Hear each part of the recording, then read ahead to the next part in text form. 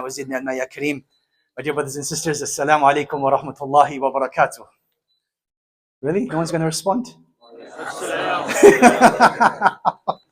طيب. So we're reciting the verses from Surah Al-Baqarah still. And we started off tonight speaking about khamar and maisir, speaking about alcohol and gambling. And Allah subhanahu wa ta'ala, He says in this verse that there is benefit in them, but the harm in them is greater than the benefit.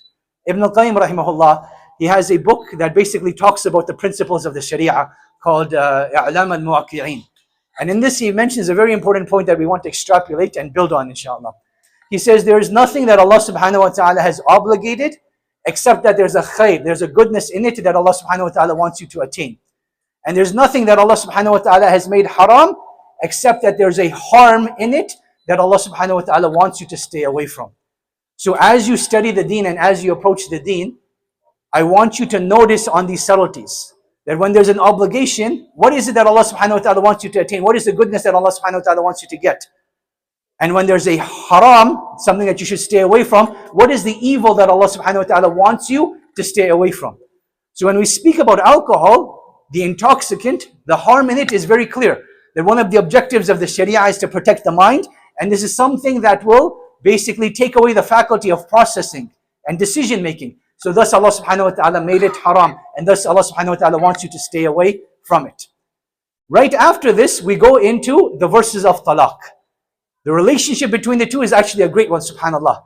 So the asl in marriage, the foundational principle in marriage is that when you get married, you're meant to stay married up and until there's a reason that allows you to get divorced. Up and until there's a reason that allows you to get divorced. The Prophet ﷺ tells us about a woman that whatever woman seeks divorce without cause, without reason, she will not smell the fragrance of Jannah. She will not smell the fragrance of Jannah. So this shows the severity of it.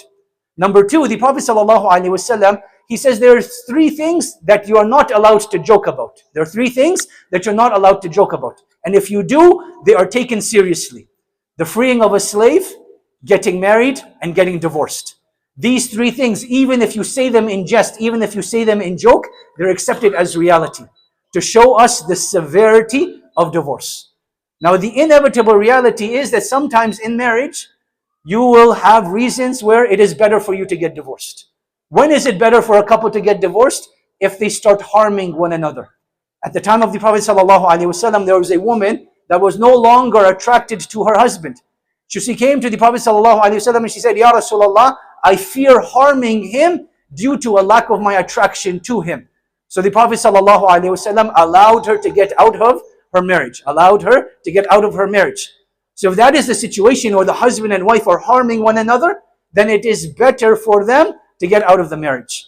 However, if it's just minor differences, small disputes, and these are things that if they worked on together and they communicated with one another and worked together, that they can resolve, it is better for them to stay together. It is better for them to stay together.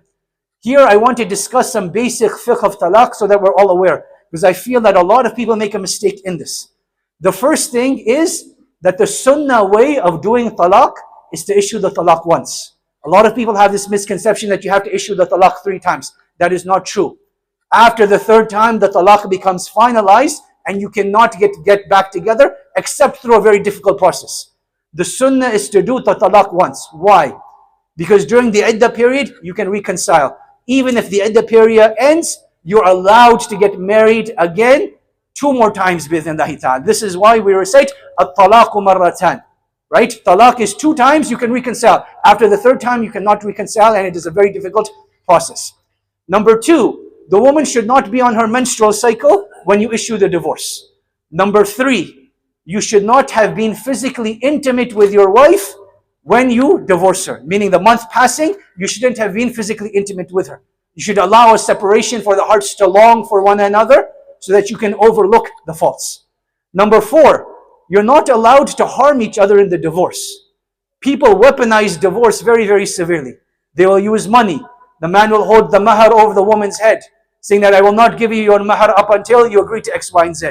The woman will use the children against the husband.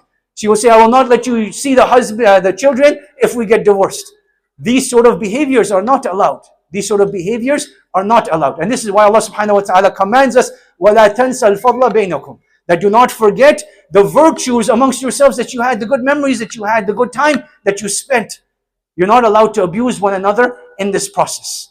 Allah subhanahu wa ta'ala also commands us to seek reconciliation. Get an arbitrator from her side, an arbitrator from your side, try to reconcile. Advise one another, make dua for one another. And if all else fails, then issue the divorce properly. Then issue the divorce properly. How do we know that divorce is not supposed to end in anger and hatred? Allah subhanahu wa ta'ala, He tells us later on that lil mutallaqat mata', that those women that are divorced, you're meant to give them a gift as you part ways, as a gesture of kindness, as a gesture of love, as a gesture of mercy. Now, my dear brothers and sisters, the point that I'll conclude on is that while divorce is allowed in Islam, it is highly discouraged, and it should only be utilized when absolutely necessary.